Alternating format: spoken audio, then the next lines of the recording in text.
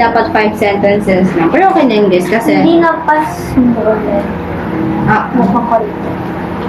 Pero nadagdag naman namin. And... Itong drawing na to, paano na naman English? Kasi... ito yung... Yan. Ang inspiration ng movie. And... Ayun po. May lang gulo ko magpaliwanag. Ayun, bumaway na lang kami sa mga ganyan-ganyan next time. So, Sa MX natin. Ito na lang ha. Papadawin na lang ako sa last. ayun. Kasi ito kasi masyadong Masyadong... Ay, Nagkina ko lang yung series mo.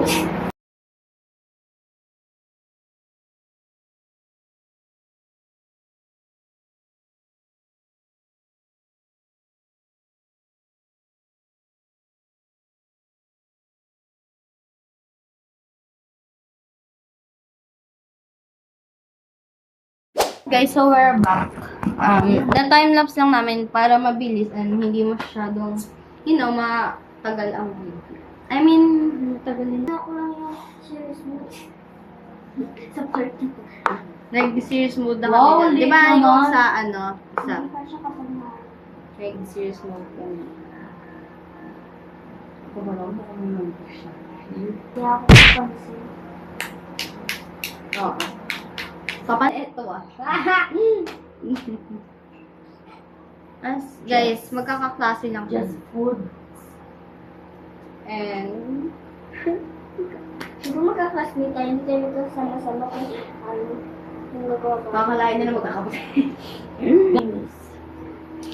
So guys, pauwi na rin kami. And, yan, pauwi na rin kami. 5 ano na ito? 1, 2, 3, 4, 5. Oh, 5. Uy, tama na. Okay ba na Zen? Nang word. O diba, ang ganda dito kaysa dito. Huwag mo na itong pangat dito, pangat. Huwag mo na ipaalala yun. Ang ganda. Paghirapan. Plus? Tandan. Bi, magsulat ka na. Tapos na ako. Guys, so pauwi na rin kami. Sabi, Bukas na lang magbablog ulit kami. Hindi pa. Magdi-design pa tayo. Ha? Mo kayo. Ako mag-design yan. Kapal. Ayo. Uwi na rin kami guys. Ayo. And si Ceci yung maglilinis. Bye! Nakita ko guys ng mga... Oh, wait lang. Bule.